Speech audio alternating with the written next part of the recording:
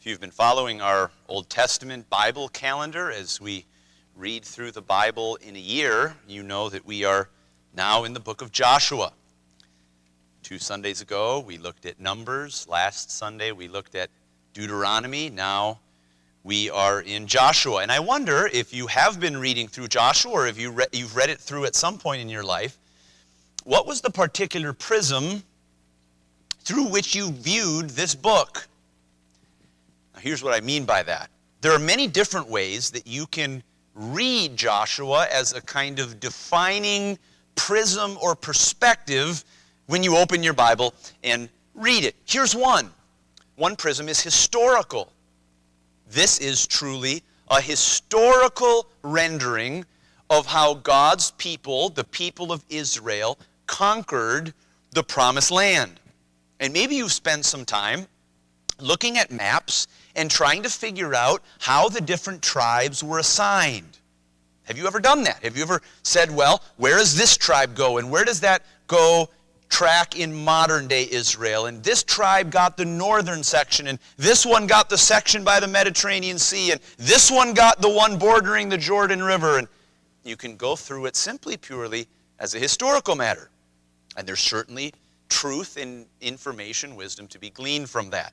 Another way that you could view the book of Joshua at the same time is through the prism of God's promises to his people. This is one of the dominant themes of the book of Joshua. How did God fulfill a promise that he had made hundreds of years previously through his covenant people, Abraham, Isaac, and Jacob, that Abraham, you one day, your people will fill this land that you are standing in right now. And you see through the book of Joshua, God fulfilling his covenant promises. And it would be a very good and very appropriate prism for you to read through the book of Joshua, even as we're doing right now. There would be another way you could look at the book of Joshua. You could look at the book of Joshua as a kind of allegory, a kind of picture. You remember in the book of Hebrews, in chapters 3 and chapters 4, God, through the author of Hebrews, provides a warning to Christian people. He says, beware. Just like in the Old Testament, there were people that never entered into the promised land. They fell in the wilderness through their unbelief. You beware, lest there's a promise being left you don't enter in.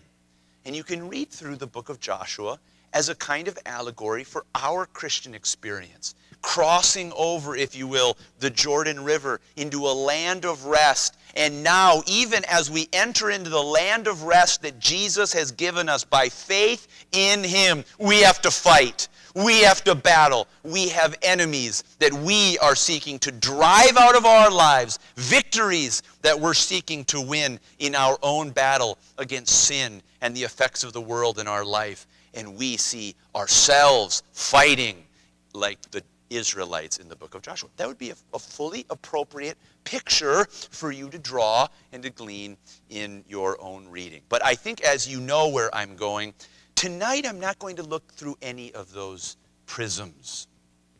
I want to look through the different kind of perspective and one of the dominant themes in the entire book of Joshua. Not God's covenant promises to his people being fulfilled. That's true. Not an allegory of the Christian experience in battling for control of the land of rest that God has given us spiritually. That as well, while helpful, not tonight. Tonight, I want to look specifically at Joshua.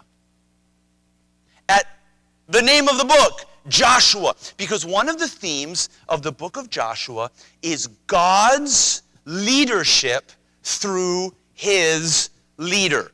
God's leadership through his leader. And what I want to look at in particular tonight is from Joshua chapter 4. After God has brought the people miraculously through the Jordan River, I want us to see what God has done to his leader. Will you notice with me in chapter 4 and verse 14? Verse 14 says, on that day, the Lord magnified Joshua in the sight of all Israel, and they feared him. The idea there is not a trembling fear. It's not like we're scared of you. The idea is they revered him. They respected him. They honored him as they feared or revered or honored Moses all the days of his life. The title of the message tonight is simply this: the exaltation of God's leader. The exaltation of God's leader. And what I would encourage as you read through the book of Joshua in our Old Testament Bible reading, or the next time God leads you to this book, read it through that prism. The exaltation of God's leader. We're going to break this, as we often do, into three parts. First, we're going to look at the unique challenge that was facing Joshua. We're going to look, secondly, at the conviction that was confronting the people. And third, we're going to look at the completion, what God did to magnify, to exalt Joshua in the eyes of the people, and hopefully draw some conclusions for each one of us. First of all, the challenge. What was the challenge that Joshua confronted as the leader of the people of God? And children, I'm going to say to you in our trivia, our quiz time tonight, you're going to need to think about Joshua. You're going to need to think about what God's job was for him, and you're need to think about how God helped him accomplish that job in his life. I've given you a preview. That's all you need to know for now. First of all, what was the challenge? It was the challenge in who he was replacing. The prophet that he was replacing. The challenge is this: Moses cast a pretty big shadow. A pretty big shadow. Listen to what Deuteronomy 34 says about Moses after it records his death. This may have been Joshua himself who wrote these words at the very end of the book of Deuteronomy. He says, "And there arose not a prophet since in Israel like unto Moses, whom the Lord knew face to face." Now, if this were, just give me a little ground for speculation here. Give me a little room. If this were Joshua writing those words, and he said, "And there arose not a prophet since in Israel like Moses," who's he including? Himself. I'm not him. Joshua knew that. Now, I know just a little bit something about replacing a very beloved leader and a very beloved man. I can tell you it is a very unique challenge, because just like Joshua confronted, here was a man who the people of Israel had a kind of unparalleled respect for. They knew him as a man who was uniquely situated by God to be the leader. Those were big shoes to fill. But what's also unique about it is not only the prophet he was replacing, but the characteristics of the people that he would be leading. Here's the remarkable thing for me. As unique a prophet as Moses was, how did he do at controlling the children of Israel? Not terribly well all the time. So much so that he was driven to God and say, "God, just kill me. I can't do this. Just kill me." The greatest, in a sense, human leader short of Jesus of Nazareth, for what he did, taking millions of people through the wilderness for decade after decade after decade with this singular divine stamp of approval on him. This was a rebellious people who didn't even obey Moses. How were they going to obey a lesser leader like Joshua? Numbers chapter 16, listen, I'll just remind you. Even as to Moses, on the morrow, all the congregation of the children of Israel murmured against Moses and against Aaron, saying, "Ye have killed the people of the Lord." This was after the rebellion of Korah, when the earth opens up and swallows Korah and his entire family and their compatriots. And what's the response of the children of Israel? Hey, stop killing God's people. Whoa.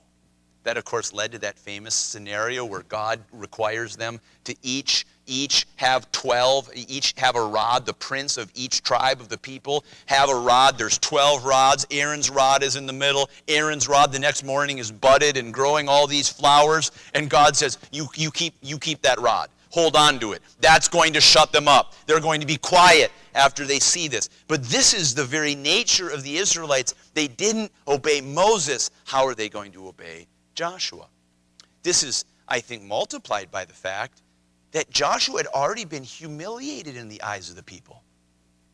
You say, when? Well, you remember the spies. The 12 spies of which Joshua was one.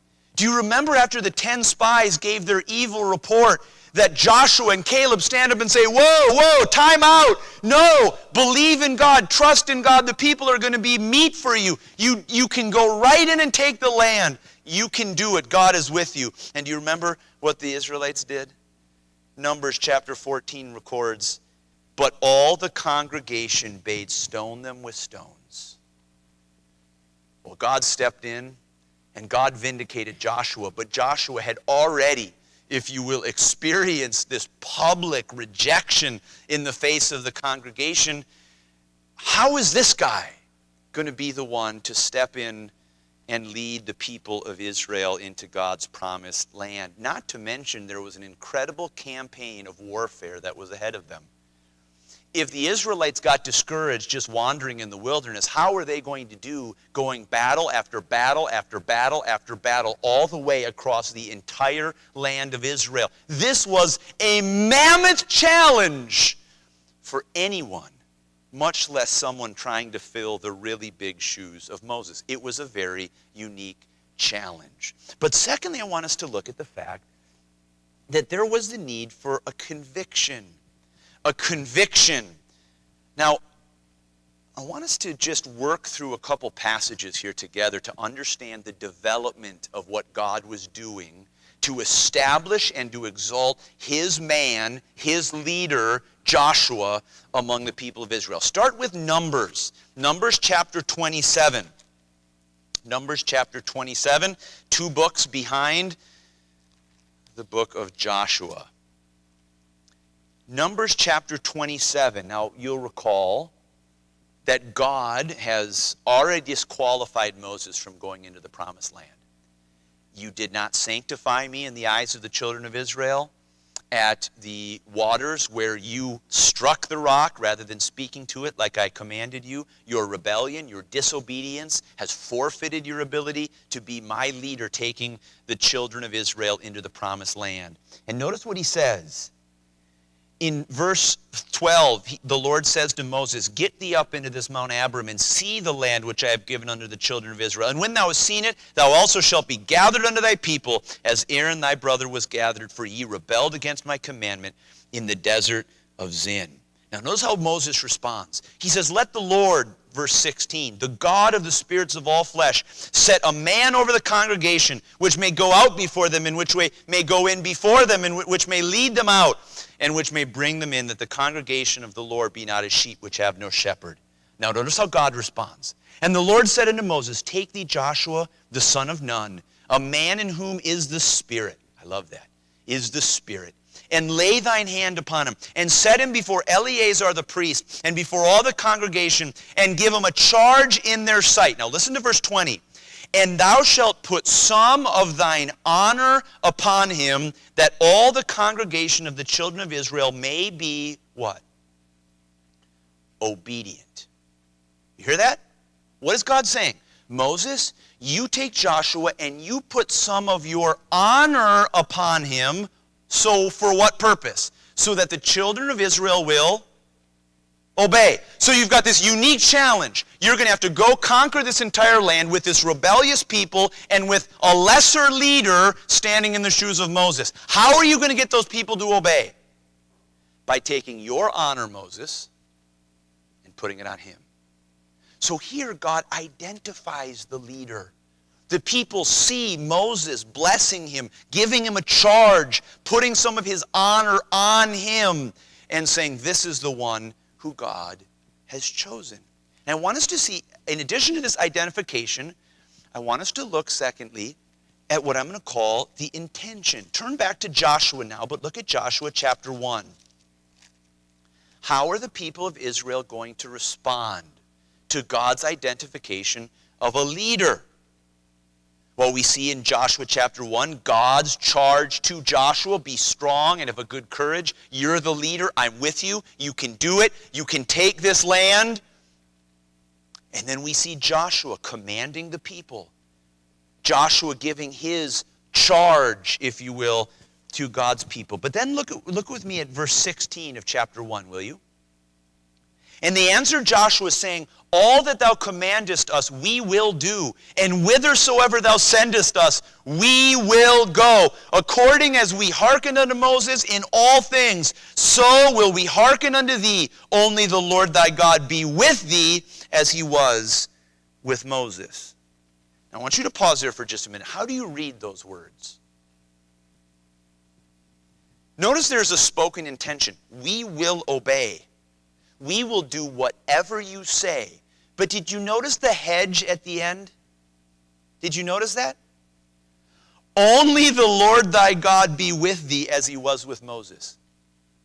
I hear in it a little bit of uncertainty, a little bit of a, let's hedge our bets. We're going to obey you, but just make sure God's with you like he was with Moses. Just make sure that you're on God's side in all of this. I don't hear 100% conviction, perhaps a note of apprehension.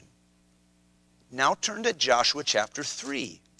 So you've got God's identification of the leader. You've got the people's spoken intention. We're going to obey you. We're going to follow you. Now look at chapter 3 and verse 5. And Joshua said unto the people, sanctify yourselves, for tomorrow the Lord will do wonders among you.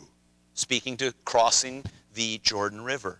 And Joshua spake unto the priests, saying, take up the ark of the covenant, and pass over before the people. And they took up the ark of the covenant, and went before the people. Now listen to this. And the Lord said unto Joshua, this day will I begin to magnify thee in the sight of all Israel, that they may know that as I was with Moses, so I will be with thee. Now did you make that connection? In chapter 1, the people said, we're going to obey you. Is God with you? Only the Lord be with you like he was with Moses. And in chapter 3, what does God say? I'm going to magnify you in such a way that the people are going to know. There's going to be no apprehension. There's going to be no doubt. There's going to be no wondering, hey, will God be with you like he was with Moses? No, they are going to know that God is with you. And now go ahead to chapter 4. Go ahead to chapter 4. The people have now gone through the Jordan River. They are now on the other side. And look with me on verse 14 again, will you? On that day, just like God promised, on that day, the Lord magnified Joshua in the sight of all Israel, and they feared him as they feared Moses all the days of his life. Now remember what God's initial identification of Joshua was. Moses, you put some of your honor on him so that the children of Israel will be what? Well, it's Numbers 27. Have we forgotten already? Obedient. Good. So that all the children of Israel will be obedient. And now what is the end in Joshua chapter 4 after they've gone through the Jordan River? God magnified Joshua, and they feared him just like they feared Moses all the days of his life until his death. They held him in the exact same esteem that they had held Moses. In fact, you can go through the book of Joshua and you can see as a general rule the obedience of the children of Israel to God's chosen man. Perfect obedience? No, not all the people fought and drove out the inhabitants as deeply as they should, but general respect and obedience for God's leader? Yes, absolutely. Why? Because God did it. God exalted, God magnified his man. Now, I just want to draw this connection for you really quickly. The connection between what you see in someone and your obedience to that same person. This is 100% true in work.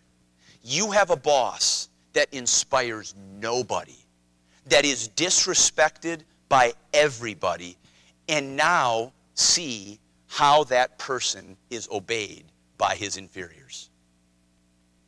It is at most a kind of lip service, a kind of obedience that is grudging, that is based solely on force and on fear.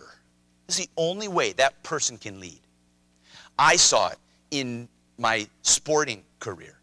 I had a coach, I'll go unnamed, I had a coach that the team just didn't respect. Didn't respect him. And it showed. They didn't think he knew basketball. They didn't think he played basketball.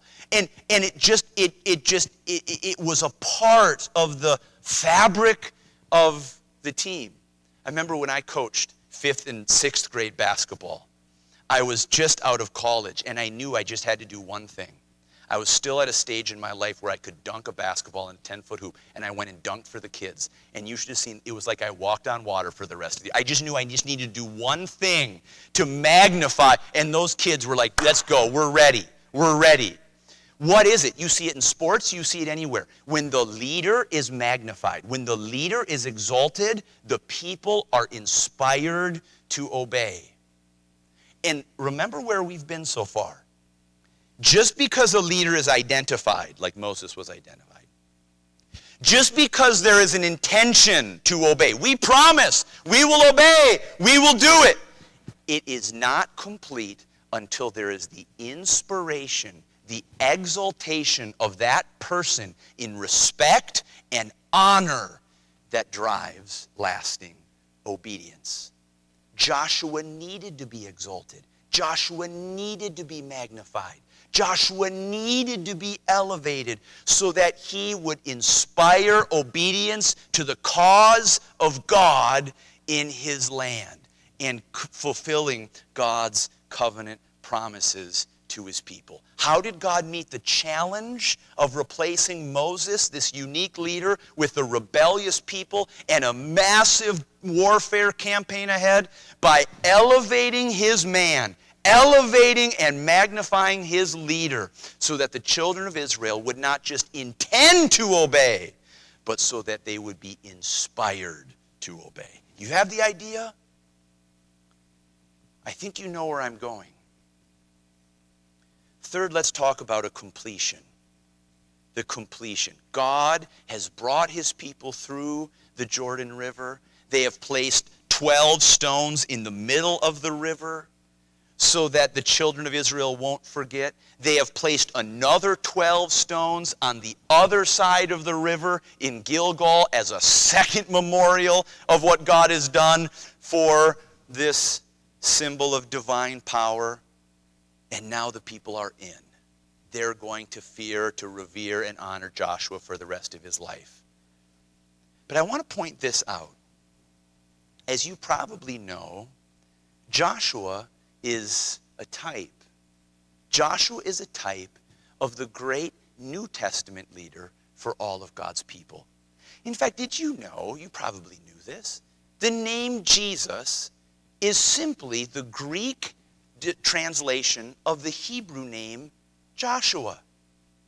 When the angel came to Mary and to Joseph and said, you will name your child Jesus, it was simply the Greek name form for Yeshua in the Hebrew, Yeshua simply being a form of the name Joshua.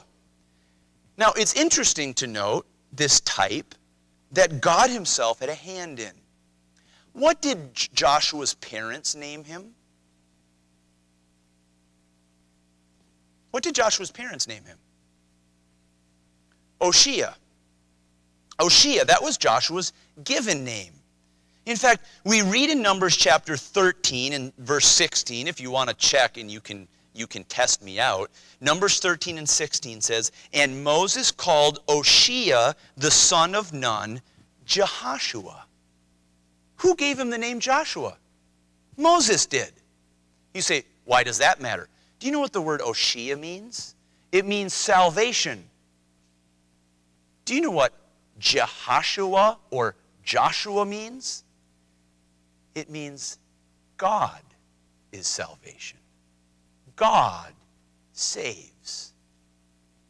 Do you think Moses had any idea that in giving Joshua a new name that would not only be a representation of his own role, but that one day would look forward hundreds of years to the birth of Jesus Christ, who, as was testified to Joseph in Matthew chapter 1, you will call his name Jesus, Joshua, for he shall save his people from their sins? Joshua is a type of Jesus, the Messiah, the New Testament Joshua who came to deliver his people from their sins. In fact, Acts chapter 7 in verse 45, maybe you've read in your King James Bible in verse 45 that Joshua is actually expressly called Jesus. It's just the same way. It's just the same way the Hebrew Joshua is transliterated and translated into the Greek as the word Jesus. So what I want to do tonight as we close is take what we've learned about Joshua and apply it to the New Testament Jesus. Now, where am I going with this? I want you to think about the same unique challenge that all of us have. You have a war ahead of you. You have a battle. As we talked about in our baptism class today, we wrestle not against flesh and blood, but against principalities, against powers, and against the rulers of the darkness of this world, against spiritual wickedness in high places. We are fighting a war. We have a ground to claim. But God has given us a captain.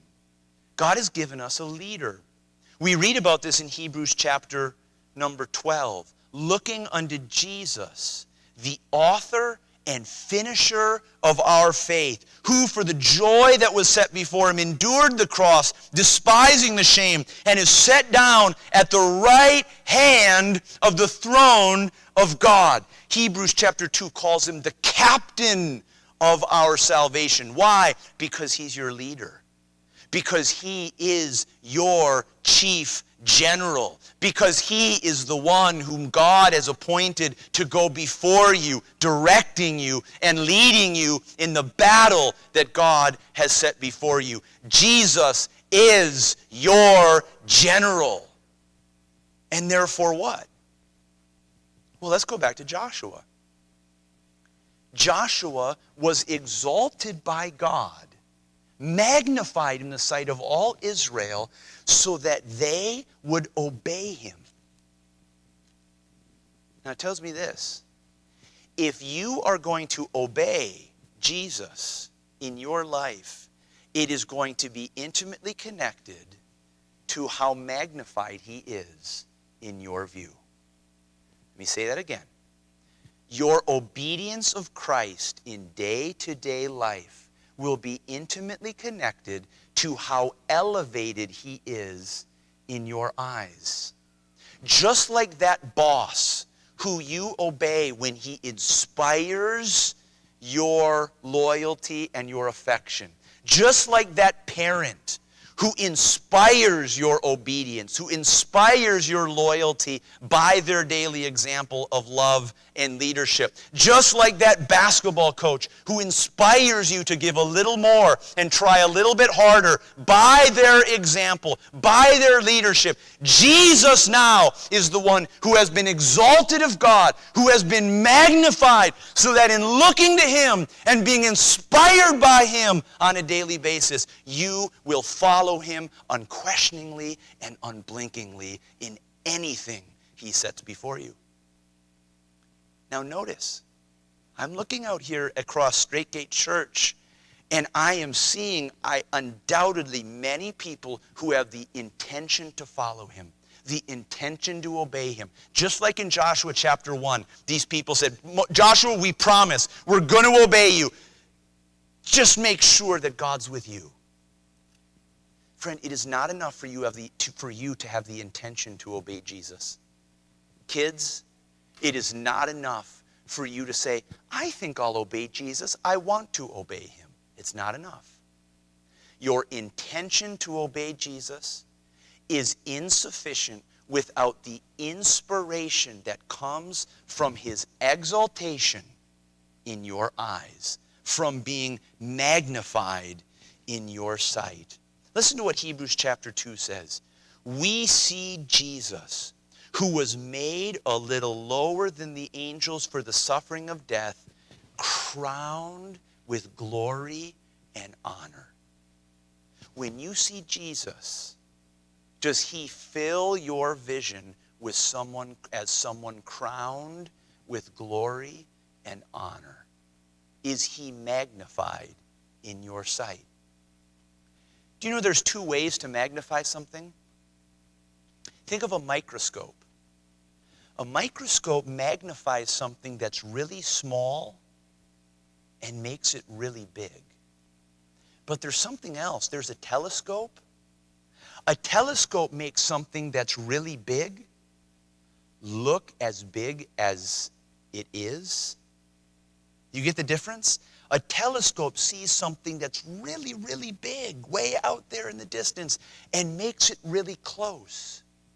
And the magnifying that is going to be central to your spiritual life and my spiritual life is the kind of telescope, the kind of sight of Jesus by faith that makes him really, really, really big as he actually is in our sight, in our perspective. I want to turn to one place in our New Testament where, to see what this actually looks like in the life of a community, turn over to the book of Acts, will you? Turn over to the book of Acts chapter 19. There's this wonderful phrase here that I think can help us. This is in the city of Ephesus, where Paul has come and proclaimed the gospel. God has been working special miracles by Paul. We remember the story of the sons of Sceva, those ones who attempted to pursue exorcisms, and they got that memorable response, Jesus I know and Paul I know, but who are you? And they flee from the house with their clothes in tatters and wounded. And look at verse 17. And this was known to all the Jews and Greeks also dwelling at Ephesus, and fear fell on them all. And listen to this. And the name of the Lord Jesus was magnified. Magnified. What does it look like in a Christian community when Jesus is magnified? Look what comes next. And many that believed came and confessed and showed their deeds. Many of them also which used curious arts, witchcraft, brought their books together and burned them before all men. And they counted the price of them and found it 50,000 pieces of silver. So mightily grew the word of God and prevailed. What does revival look like in your life and in my life? It's Jesus getting bigger and bigger and bigger in your daily vision, in what you see in your life around you. What does revival look like in our church community? It's when collectively Jesus gets bigger and bigger and bigger and bigger in what we see and what we do in our lives. And this is simply the question I ultimately just want to close on tonight. It's this: how big is Jesus in what you see? What I mean by that is, I don't mean when you're here at church on Sunday. I mean when you wake up tomorrow morning, how much is Jesus going to fill the perspective, the prism of your day? When you get home from work tomorrow and you settle into your easy chair or you get ready for bed at night, how much is Jesus going to fill your vision, fill your perspective? It is that amount, it is that perspective that will tell whether you will truly obey him and submit to him as your leader, as your Lord. Friend, think of Joshua. It is not enough that you identify Jesus as your leader. It is not enough that you intend to obey him as your leader. Unless the magnifying of Jesus by God himself has so filled your vision, has inspired you, that like Joshua, you will obey. You will revere. You will honor that name. As we were singing that hymn tonight, number 44, how sweet the name of Jesus sounds. Listen to verse number 5. Weak is the effort of my heart, and cold my warmest thought. Would you say that honestly about yourself? Weak is the effort of my heart, and cold my warmest thought. Now listen to this. But when I see thee as thou art, when I see you as you are, I'll praise thee as I ought. Is Jesus magnified in your eyes tonight?